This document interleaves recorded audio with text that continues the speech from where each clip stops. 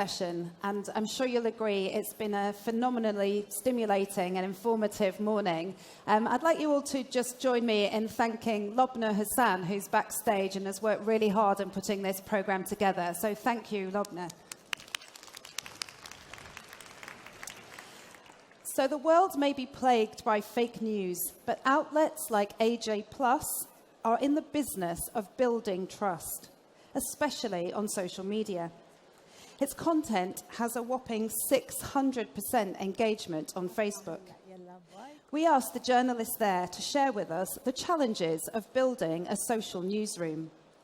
I'd now like to welcome to the stage the Managing Director of AJ Plus, Dima Khatib. Thank you very much.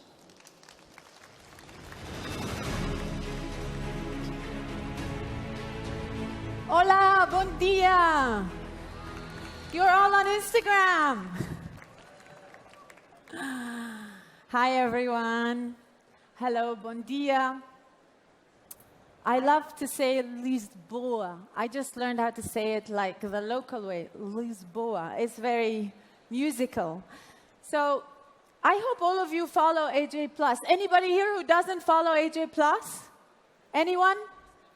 I can't spot anyone, but you have 17 minutes and 30 seconds to actually follow AJ Plus before you leave this room. I run AJ Plus in English, in Arabic, EJ Plus Español in Spanish, and AJ Plus Français in French. And I am actually a very traditional journalist originally. I like to tell stories, but I started in TV.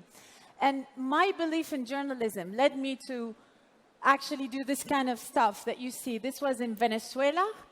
I just had a baby, and the only way I could do my job was taking my baby everywhere I went, including to interview, for example, presidents like Hugo Chavez. And I really believed in journalism all my life.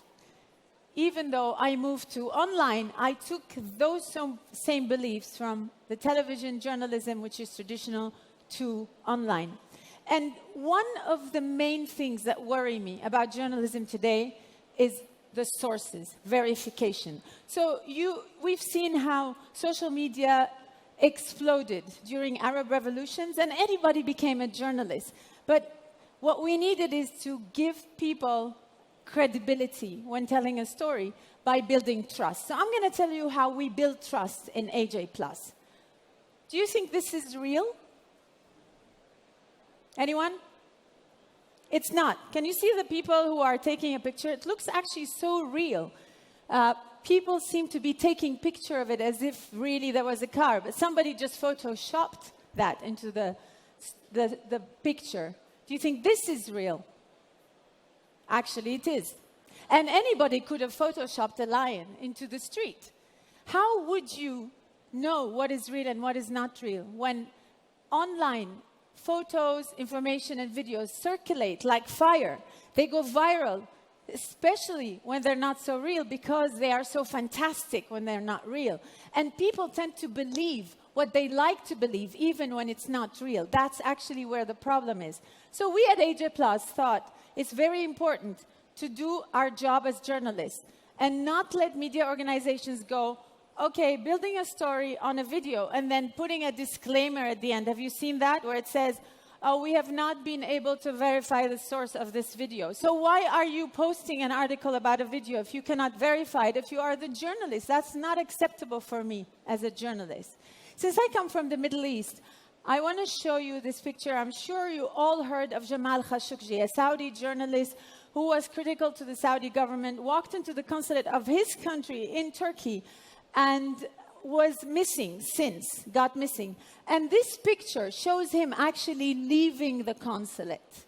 This picture was shared by people who are very powerful in Saudi Arabia and the Emirates as being a proof of him having left the consulate. Except it's actually just the same picture as him going into the consulate. If you look at the date and the time of him leaving and coming in, it's actually the same. They just didn't pay attention when they took the picture, and it was actually a joke by a satire YouTuber who put it online to see what happens if people will actually believe it. So this is how bad things get. Actually, even journalists fall into the trap of retweeting and posting this kind of thing. If you want to ask me any question during the presentation, you may. I will see your questions and I will answer them. So what we did at AJ Plus is come up with a verification initiative called Verificado 2018. And that's an initiative we launched in Mexico. Actually, my colleague here, Diana Larrea, is sitting in the public. She launched it out of Doha in Qatar for Mexico. And that was an idea for us journalists to put our efforts together to verify the information during the whole electoral process of Mexico, because about 14 million new voters in our target audience between 18 and 24 were voting for the first time. And we thought it would be great. I covered Mexican elections, and it's a real disinformation and misinformation game. And I thought it would be great if for once, as a journalist, I offered more than just playing the game, playing along. So I'm going to show you one of the things that we did during the elections in Mexico. Cherishing, или cherishing, в свои 21 довольно популярный видеоблогер. Подписчикам он рассказывает главным образом, как быстро и эффективно добиться атлетического телосложения. Спортзал не обязателен. Достаточно волшебных уколов синтолом, препаратом для быстрого увеличения объема мышц. Кирилл Терешин признается, что уколы синтолы не были безболезненны. Поднималась температура под 40. Я буквально... Okay, so maybe some of you speak Russian here. Okay, so you saw the pictures and you saw the presenter. The story is that this guy that they're talking about was running for elections, for presidential elections in Mexico, and he actually won. And this presenter, supposedly, based on the story in Spanish, is saying in Russian that Putin was supporting this candidate. When in fact, the real story... Подписчикам он рассказывает главным образом, как быстро и эффективно добиться атлетического телосложения. Спортзал не обязателен. Достаточно волшебных уколов синтолом, препаратом для быстрого увеличения объема мышц. Кирилл Терешин признается, что... En realidad, lo que vemos en el video nunca mencionan a AMLO, ni siquiera a México, porque a lo que hacen referencia los presentadores es a un videoblogger que se llama Kirill Cherishing, que se ha aplicado unas inyecciones para aumentar su musculatura. So they actually put a video on top of the original video, and they thought these Mexican people, they're dumb. They don't speak Russian. They will not figure it out, and they will believe that Putin is supporting AMLO. AMLO is the candidate, and that means is bad or evil, and he's not going to win the elections. Except AJ Plus was there with Verificado 2018, along with 90 different organizations across Mexico to stand up for the truth, not for the candidate, because we don't care about politics. Actually, I think politics is all rotten. We care about the truth. When somebody makes a choice in an election, they should make a conscious decision. And it's my job as a journalist to make sure I'm giving them the right information. So we took it further on WhatsApp, and that was incredible. It was the first time anybody had used business WhatsApp account to do this kind of thing. So people would send us the videos. I'm sure your aunties and mommies and neighbors send you WhatsApp chains all the time. I get from my mom like 3 or 4 a day, and they're all fake. It's like 1% of them is real. So we thought those WhatsApp videos should be verified, and people would send them to us directly, and we would do one-on-one service, not to spam people. So they send us the video or the picture, and we send them back the verification. And we taught people how to actually verify themselves. There are tools out there, very easy. You don't have to be a journalist, because I think it's important that people know they should not be retweeting or resending chains, video chains, without knowing if it's worth being sent to other people. It's become very dangerous. Recently, 2 people in Mexico were lynched and burned to death just because a WhatsApp chain was circulating about them abducting kids, which they didn't do. And the police couldn't stop the mob. The people just were so angry because they believed WhatsApp. Because when you portray somebody as evil, people need to find somebody to portray as evil, and they believe it. So I want to move on from verification to another thing that we use to build trust. It's us being our audience. So in AJ Plus, we try to represent the diversity of the Arab world in AJ Plus Arabic, the diversity of America and AJ Plus English, and so forth. So you would find the veiled women, the atheist, the Christian, the Shiite, the Sunnite, all kinds, the Amazigh, the Kurd, the Arab in our newsroom and amongst our artists.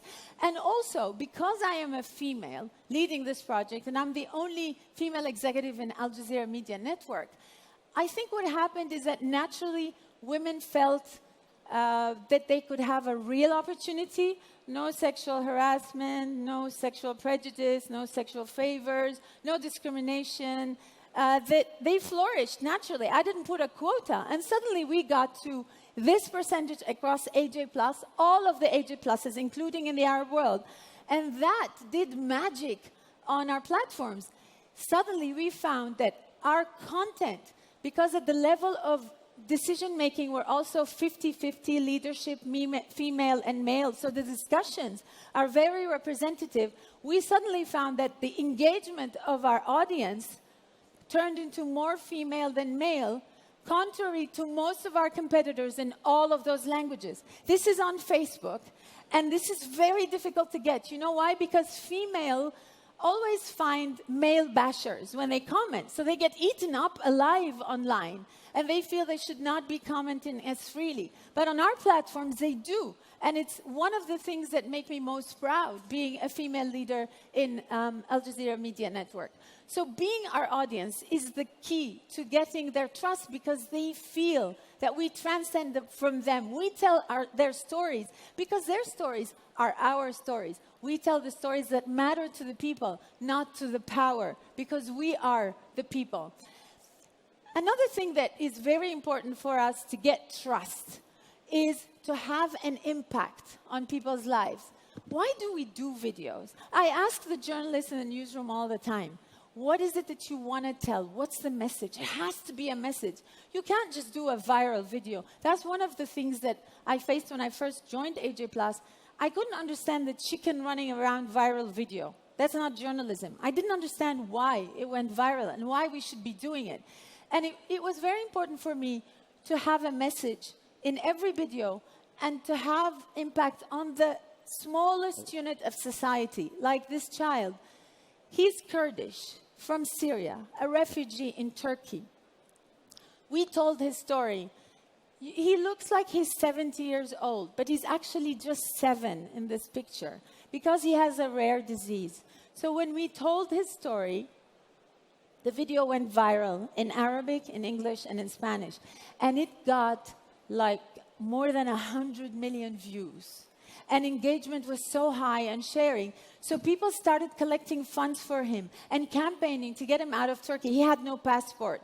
After a few months, he started getting visits from VIPs. We covered that story.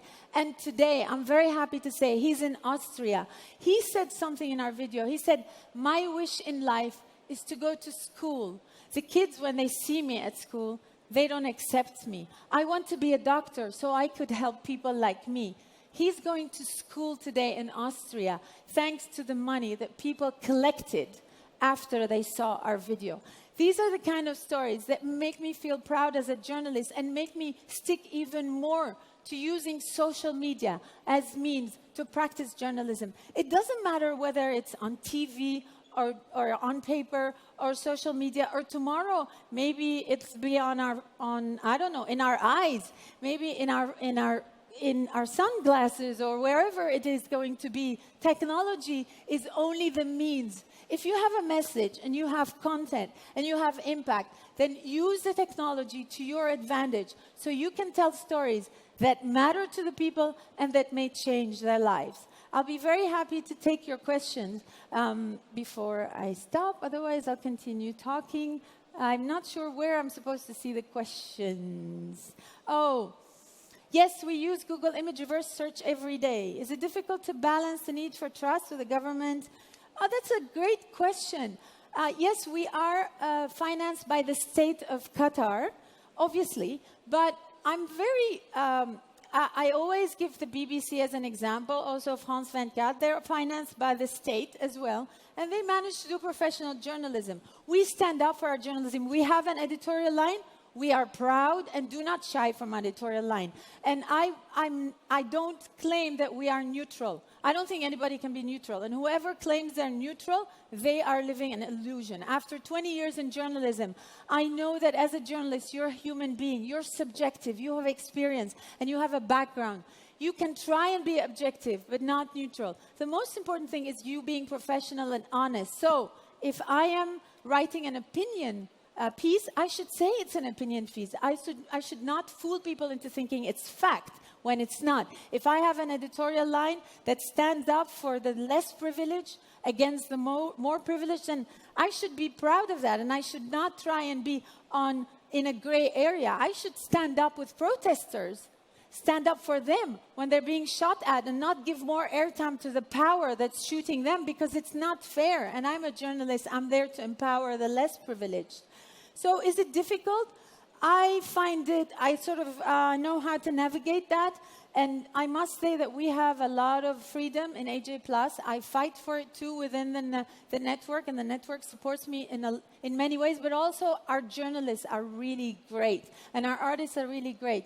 And they know how to defend the values of journalism, despite all the pressure that we might get. And I'm telling you, being a journalist in the Middle East, you are under pressure every day, like attacks online, threats, you know. They have threatened to abduct my child that you saw in the picture, who's now 11. How many times? They said they would gang rape me, like 20 guys in front of my child before, like hanging us both in a square.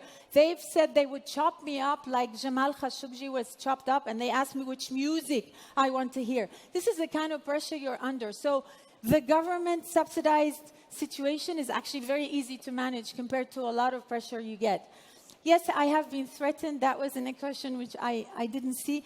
I've been threatened since I was in Latin America. I was a correspondent for 10 years, and the Chavistas would not like me, and the anti-Chavistas would not like me, and it was always like me standing up for what I believed against whoever didn't agree with me, because polarization kills the truth. It's horrible. People like to believe what is most convenient to them, and then they fall into more polarization. And if journalists fall into that trap, it's almost the end of the truth. Don't you tell the stories that affect the oppressed people in Qatar?